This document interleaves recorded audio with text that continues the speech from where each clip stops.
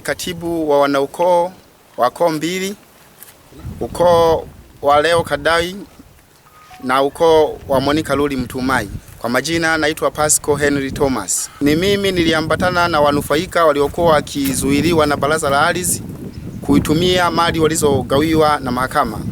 Tuliweza kufika kwa waziri mkuu alipokuwa akitembelea mkoa wa Tarime, na waziri mkuu aliweza kuamrisha waziri wa ardhi aweze kutusikiliza kero zetu, na kweli wameweza kutusikiliza na kero yetu imeisha na kesi hiyo imefutwa kwenye Baraza la Ardhi na mpaka sasa tuko huru.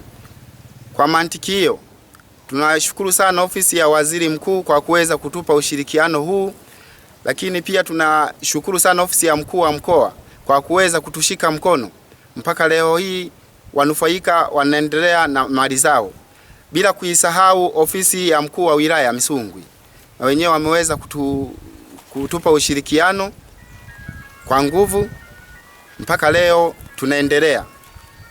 Na mwisho ni shukuru tu ofisi ya mtendaji wa kijiji cha Chole, kiukweli aliweza kutupa ushirikiano wa kutosha kutetea wanufaika kutokuonewa. Basi kwa mantikio tunatoa shukrani sana na Mungu awabariki sana. Kwa majina naitwa Leonard Petro Luciano Kadau.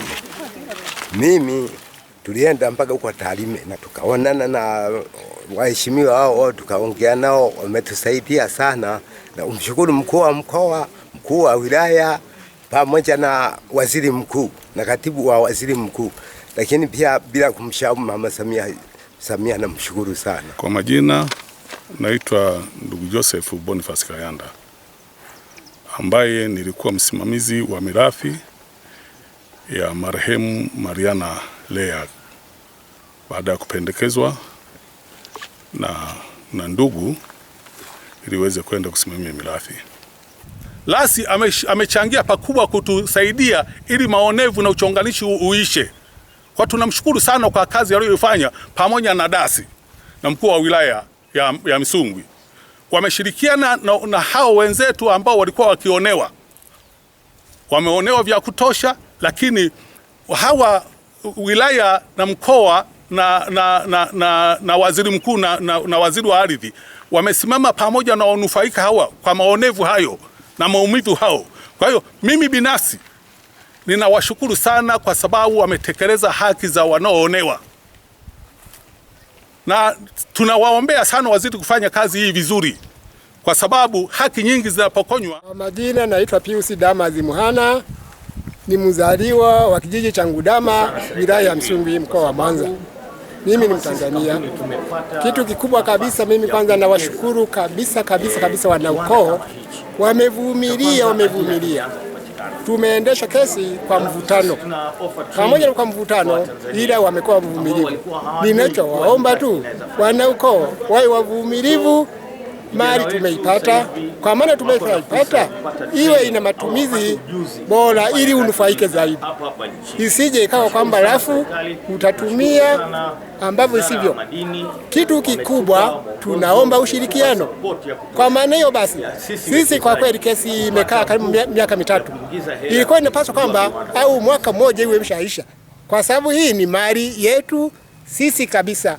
Basi kitu kikubwa basi ninachowaomba jamani, kuna mali yetu nyingine ambayo iko mjini Mwanza, na yenyewe hiyo kuna nyumba kule, kuna viwanja kule, lakini na wenyewe tulitamani na yenyewe tungeendesha moja kwa moja, lakini sasa labda wanaomiliki ni hao wakina Madoshi Makene.